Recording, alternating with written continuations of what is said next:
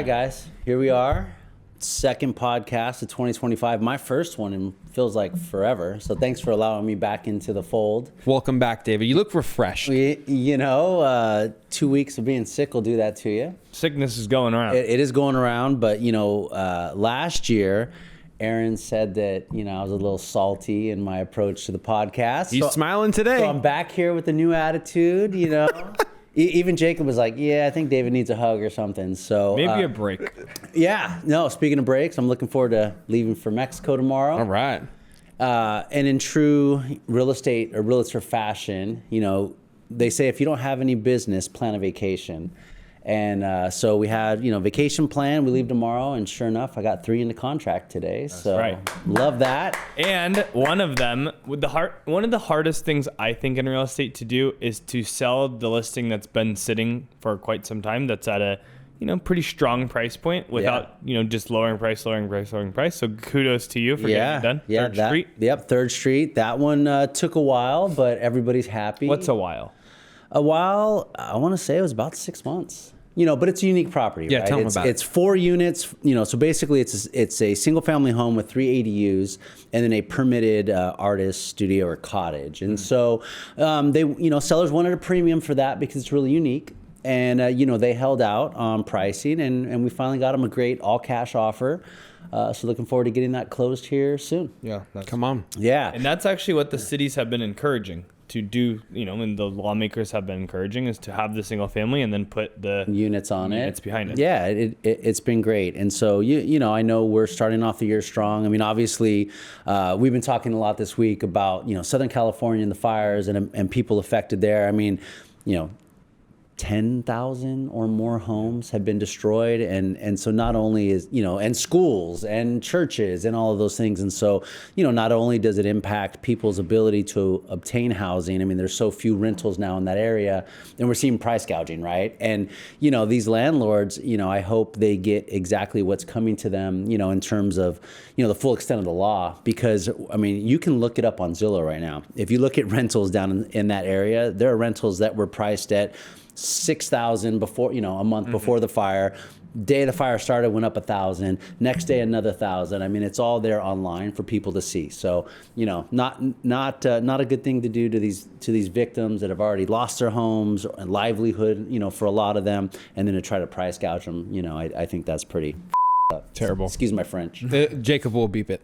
Yeah. Don't worry. Or don't, because they get what's coming. Yeah. So something Jason and I were talking about this morning was just, we have a lot of clients that end up buying houses here from Europe. Mm-hmm. And when they first get here, they think it's really weird that we build with wood. Yeah. And in 1908, I believe it was 1908, San Francisco had the huge fire, burned most of San Francisco down, and then they rebuilt with cement. Right. So most of the big buildings are cement. Unfortunately for the LA fires and many houses around here, we're built with all wood. Yeah. Contractors are used to it. We're used to it. Yeah. If we saw someone framing with cinder block and wood. Or steel. Yeah. So you look at some of the houses that did get burned, the houses that are cement didn't burn. Yeah, and I think... Or they burned, but less. And I think you're going to see, as they rebuild Southern California, they're going to be much more thoughtful on how they build the structures out there, in terms to, so that way they will be fire retardant or reduce the likelihood of something like this happening again. So, a lot of tragedy that's come out of this, but obviously, the communities are coming together, a lot of companies are donating, and I think, we're going to see a big change in how they build down there, because of this event. Because for the last 30 years, I mean, I'm 31, I've heard about the Santa Ana winds for my whole life, right? Yeah. And it just is what it is, and California was not prepared for them to come ripping through. Did you guys see the Joe Rogan podcast where they kind of predicted this last year? I saw something like that. No, this is the only podcast that I watch. That's right. There's other ones out there? Basically, Joe Rogan was interviewing a firefighter, and the firefighter said, we are one fire with the wind blowing the wrong direction from LA burning down. Yeah. So thoughts and prayers with them. And huge shout out to the first responders. Yeah. I know it's a big mutual aid effort from people from up here and down there. The so God bless you guys. And we got Canada. We got Mexico. Watsonville. They're sending everybody. So yeah. Well, hopefully by the time this airs, it'll be out. God, I hope so. Well, I know that they're saying that the winds are kicking back up again today. So, that's tough. And, speaking of, and then that's the next thing, right? You have all these houses that have been destroyed. where are people going to live long term down there, right? Or are they just going to relocate? Even those that are looking to rebuild, they need to live somewhere during the rebuild process. And if you come up north to where we're at, right, we have Santa Clara County, 2 million people roughly, 1.8 to 2 million. And I pulled the stats today, and the only market update I'll give today is out of the entire county, we only have 354 homes for sale. I mean, that's it. So, our statewide, inventory is tight, and obviously from the fires and just kind of where we are in our cycle up here, I mean, it's going to be a tough year for buyers getting into homes. Yeah. Something that I wanted to touch base on, with lack of inventory comes exorbitant prices. Yeah. So here's 3 cool little stats that I saw for pre-pandemic affordability levels. Okay. If U.S. income spiked by 60%, we'd return to pre-pandemic housing affordability levels. If U.S. house prices fell by 38%, we'd return to pre-pandemic affordability. And if mortgage rates fell 4.7 points from 6.93 to 2.23, we'd return to pre-pandemic affordability. So that's what it would take to get to pre-pandemic levels. Affordability levels of 2016 to 2019. So the people that are waiting on the sidelines are still waiting, I guess. Yeah, I mean, it just goes to show, one, neither of those 3 things are going to happen, right? I mean, we know that salaries aren't going to increase by 60%. We know that rates aren't going to get cut in half. And we know the prices aren't going to drop 38%. I mean, if they drop 38%, there'd be a lot of other problems that we'd have to contend with. But yeah, I mean, to your point, we live in an expensive market. It's always going to be expensive here. Everybody that's waiting for the crash or waiting to time the market, especially if you're looking for a home for you and your family, I mean, I don't see a benefit in waiting. If you can afford to get in, get in. So I'm seeing a new wave of a buyer. Okay. What I'm seeing at these open houses, I did your Cambrian open house this past weekend, is a lot of people did buy in 2019, 2020, 2021. They have a lot of equity, but their interest rate is so low that they are unwilling to sell the home to be able to get what they actually want. So they're just doing what they can, living in a smaller house with their family that they bought 3, 4, 5 years ago. Yep. Sticking it out so that they can own another house and that house. Yeah, I saw a statistic just this week, and I believe it said that 73% of homeowners across the United States with mortgages are under 5%. And we're sitting at about 7% today. Right. So to your point, yeah, it's people don't want to sell and let go of that 3-4% interest rate, but they still want to try to go out and buy something now in the 7s. So it's an interesting dynamic for sure. So something that I keep hearing, and it doesn't have to be political, like him, hate him, whatever, is, do you think Donald Trump is going to, him personally, when he gets into presidency, is going to make the real estate market go up higher here in the Bay Area? I don't think him personally. I do think that mortgage interest rates will drop towards the latter part of this year. They're kind of artificially being held up right now. They're not tracking with the traditional terms, your trends that we normally see, how they kind of interact with like the 10-year treasury yield and things like that. So they're kind of bucking a trend right now. So at some point, I think that upward pressure will subside and we'll see rates drop. As rates drop, I do believe we'll see prices go up. But I don't think that'll be a direct result of anything that President Trump does. Agreed. I don't think, exactly what Dave said, I don't think anything specifically he's going to do that's going to change things. I just think maybe it's a different outlook on the market. I think people are really bullish on him and his administration and expecting the economy to go up. Therefore more money will be spent and people will jump back into the market feeling good. It's more stable. Yeah, is what I think. What else are you bullish on? 2025 neighborhood, maybe a stock, maybe an area in the United States. What do you got? Neighborhood. Well, specifically neighborhood for where we're at, I think just the same ones are going to still stay strong. So our Willow Glens, where David's listing is, and Cambrian's going to stay really strong. I think Ben's got a listing too in a similar area, and talking to the guys over the weekend how the open houses were going. I think it was like 50, 60, 70 groups through each one. And that's second week of January. So I think anywhere in Santa Clara County, more or less, is going to be, we're going to have a lot of interest in buying because people continue to come down from the peninsula, right? We talked about this last year. You used to pay whatever for, 1,000 square foot house in Mountain View is going to cost you $2 million. You can come down here into San Jose and in some good neighborhoods and get a lot more for your money. So I think that trend's going to continue, and so I'm still bullish on the entire county. My hot spot is 95136. 136. Why is that? I mean, of course, I have a flip there, but He's pumping it now. So tell us all the good things about 136 and why. Okay, people should be 136 looking and to buy. why it hasn't been a good area previously. You have the schools, but here's why it's good. Well, schools and kind of some of the streets and areas are a little bit spotty. So Yeah, but there's also some great neighborhoods. yeah, so there's a lot of sell-offs I noticed a lot of sell-offs with investment properties, but here's why I like it. 87 is pretty close by. You have capital, you have good shopping. Streets are pretty wide. Houses are generally speaking a little bit newer. Slightly larger. Built in 70s, Floor plans 80s. seem to make a little bit more sense. So you get the vaulted ceilings. No, I wouldn't say bigger backyards, but I would say better floor plans than the 1950s Cambrian houses. Yeah. And it's pretty safe, generally speaking, for most of 95136. And then another area that falls under 95136 is Communications Hill. So if you're driving on the freeway and you notice that they've started the grading on the backside of Com Hill, there's putting a school, grocery store, and then a bunch more housing Fire parks. station. Yeah. So they're basically putting a little mini city up there, which I'm excited for because I feel like the bottom half of that side of Communication Hill has needed something for a long time. Yeah, it'll be interesting to see if people gravitate towards that, right? I also do feel that there's still a strong push for traditional single-family homes.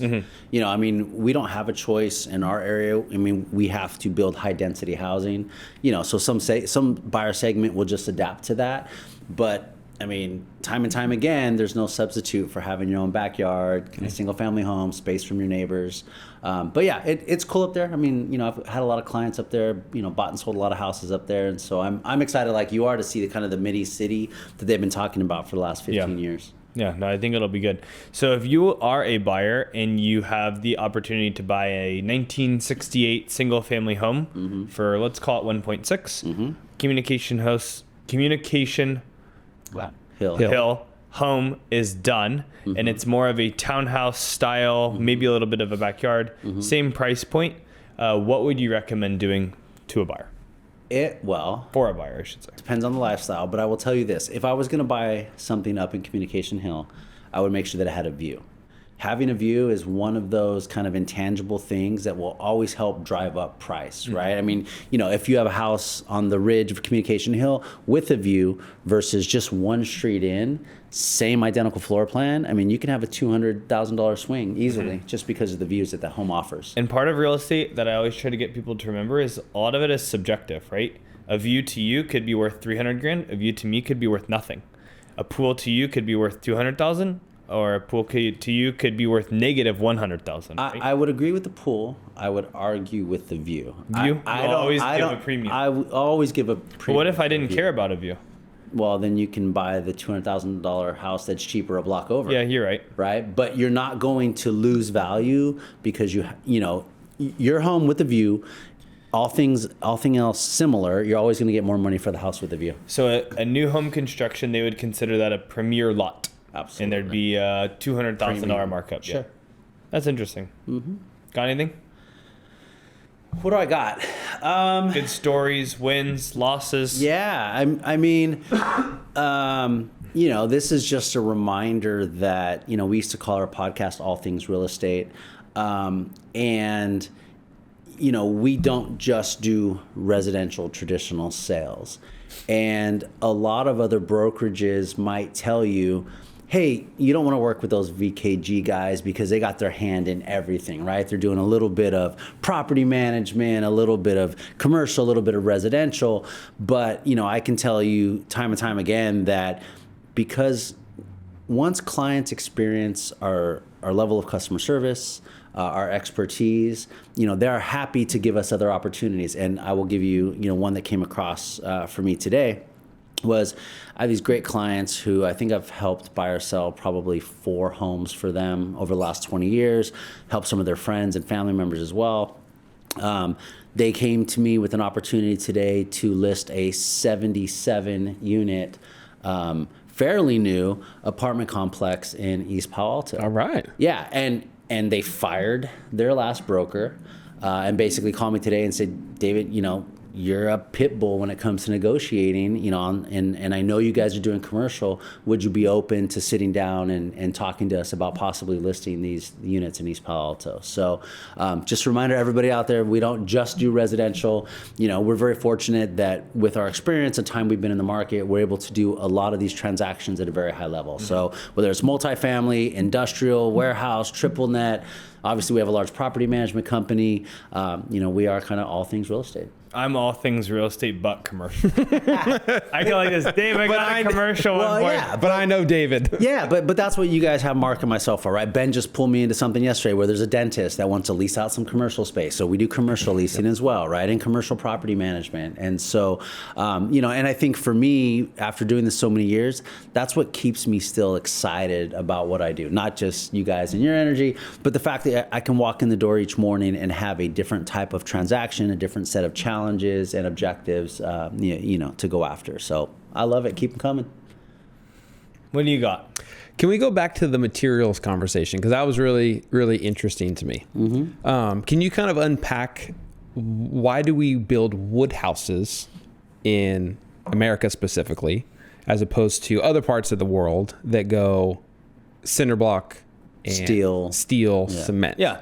So I guess the simple answer to that is because everyone else has done it for hundreds of years, right? He got his house built, they used wood. You got your house built, you use wood. So why are you using cinder block on my house, right? So contractors are also taught, like, this is just how we build houses in America. You go through the progression, the cycle, and that's just American craftsmanship. Contractors are taught to build with wood, right? I also think it's more prevalent on the West Coast because of access to lumber, right? Because if you go to Texas, where I've got family and spent some time out there. I mean, you have a lot of brick houses, right? Because you get the, tornadoes and hail and that sort of thing. And so I do think different regions adapt. I do think that California, lagged on adopting new, building protocols. But again, I think with these fires and the extent of everything, it's going to change the landscape of how we build going forward. It's just crazy that it hasn't already happened. I mean, it's sad. Yeah, I think, had we had a little more time, we could have done a cost analysis, right, on what it costs using, cinder block steel frame, concrete type structures versus how that compares with wood. My guess is it's probably more expensive because we don't have the facilities in place to produce that here on the West Coast in mass quantities and levels, right? But it'll change. Yeah. Well, I saw a blaring headline today, and the blaring headline was, it now officially costs 30% more to own a house than rent a house here in the Bay Area. And obviously something that people are not factoring in or thinking about when they read that headline is just the appreciation, right? So I think this year, past year, 2024, the Bay Area real estate market went up at least 15%, depending on where you are. Sure. So, you have your house for 8 years. Sure, it's 30% more to own it than rent it, but you've made so much more, right? So break that down for somebody. Well, yeah, I think because anytime we talk about or post stuff like this, I'll always get comments or people swiping up saying, you know what, it's stupid to buy your primary residence. You should rent it because it is 30% cheaper, and then use that money to buy rental property. Right. And I do think that is a good strategy. I know guys personally that have done that. They rent a beautiful home for, 2/3 of what it would cost if they purchased it outright, then use the money to buy properties in Tahoe and Salt Lake and then Airbnb them, and they have success with that. So I'm not knocking that. But for the average person, 75 to 80% of homeowners are never going to, buy investment property. So to your point, the opportunity to get in and use appreciation as a way to build wealth, aside from maybe stocks, if you're heavy into that, there's no other way you're going to amass, generational wealth versus purchasing a home. You can't get a raise. Your raises at your company cannot keep up with the rate of real estate appreciation. Most of your investments cannot. And so, yeah, for the average middle income family that can afford to buy here, it absolutely makes sense over the long haul. Yeah. And plus, at just the end of the day, you've been through this. What's it like to rent a house and you think you're good for a couple of years, and then you come up toward the end of your first year, and the owner, the landlord says, "Hey, you know what? Just kidding. We need you to leave because we want to move in."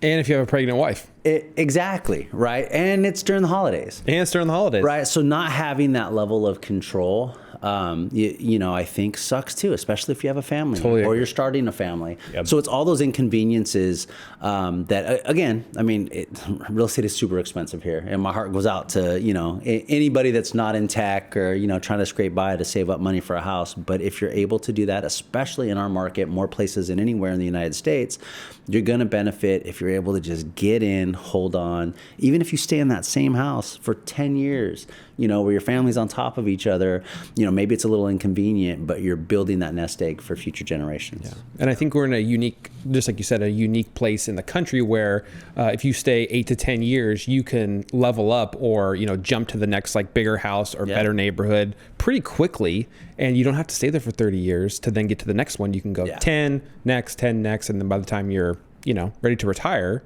you're in a really good spot. Yeah, appreciation's the game changer. So don't let headlines fool you is my whole point. Yeah, definitely. And like you said earlier, don't wait for things to drop, right? Don't wait, if rates go to 6%, then I'll buy. Well, we know that when interest rates drop, a full percentage point, home prices go up. Right. And don't wait to try to, buy in a dip of a market, because if prices do drop, everybody's jumping in, right? So that dip's only going to happen for a very short period of time. And so, barring any, terrorist attack or natural disaster, there's not going to be a huge shift in home prices in our market. Sure, they may go up, or may go down 3%, 5%, 8%, here and there and in certain pockets, but it's never, it's always short-lived, and our trajectory for the last 60 years has always been up. Cool. Well, that's all I got. That's all you got? Okay, well then let's talk about goals for 2025. I think sometimes people automatically assume hey, you know what, you guys are killing it. You're the number one, small team in San Jose, or Aaron's mom's favorite team, or I'm very proud of our accomplishments, but I don't think we're satisfied with where we're at. Right. I know we closed last year doing $188 million in sales, which is respectable. But to all of our viewers, I'll pander to you a little bit. We have a goal of $300 million this year. $300 million in sales between 6 of us, equates to about $50 million in real estate each. And so, that means each one of us is looking to help anywhere between 25 to 35 families this year. Absolutely. Each. So again, I just want to stress, we're never too busy for your referrals. I've had people say, well, David, you guys are only selling $3 or $4 or $5 million houses. Hey, we got one for 2. A mobile home, 75. Right? Yeah. Highest ever. Right. Broke a record. Yeah. So you guys are talking about a manufacturer, a mobile home, right? And so for the people listening, we will take on just about anything, just about anywhere. Obviously we can do residential anywhere in the state of California, and we can do commercial nationwide. So just want to put that out there, for the people that listen, watch us, for our past clients, sphere of influence, don't ever think that, the deal's too small, I don't want to bug Jason with it. Or, hey, I don't know if they do commercial, or maybe, I need some property management help. Anything real estate related, please, don't hesitate to reach out to us. It's what we do. Yeah. And people always ask, why do you do what you do? And I'm like, because we love it. Yeah. It's to build generational wealth for families and see people win. That's what it's all about. Yeah. And be able to work with a good group of guys. And obviously we're always available and can help all the time. But even if we're not, for example, so Jeet is taking a couple trips to India. He's in India right now. Yeah. So David was taking care of him over the holidays, and I got him this week because he's going back to India. So I'll be in Mexico tomorrow. I'm sure I'll be calling Aaron to help me with something. you want to see something, you won't miss a showing. Yeah, and you know, that's another great thing about being a team, right? Is that we're really able to back each other up. Obviously, we have the support staff behind us as well. 100%. Yeah, and you know, we have other agents not within our team, but in our office in Los Gatos, and they do well. You know, but they are a single agent with no help. And, you know, it breaks my heart. I'm always trying to tell them, like, hey, at least hire some staff, do something, because I see guys out there working 12, 16-hour days while the kids are at home, right? Or, you know, and so something's got to give, something's got to, you know, and more times than not, when you're a single agent, it's the family that ends up suffering, right? Because they're trying to do everything they can to be there for the clients. So pays to work with the team. You know, looking forward to a great 2025 with you guys. 300 million is a goal. That's a big goal. For a team of 6 people in our market, it's a big goal. So we appreciate all the help and the referrals from everybody out there. I love it. That's it. Great send off. Going to Mexico. Boom. Enjoy, David. See ya.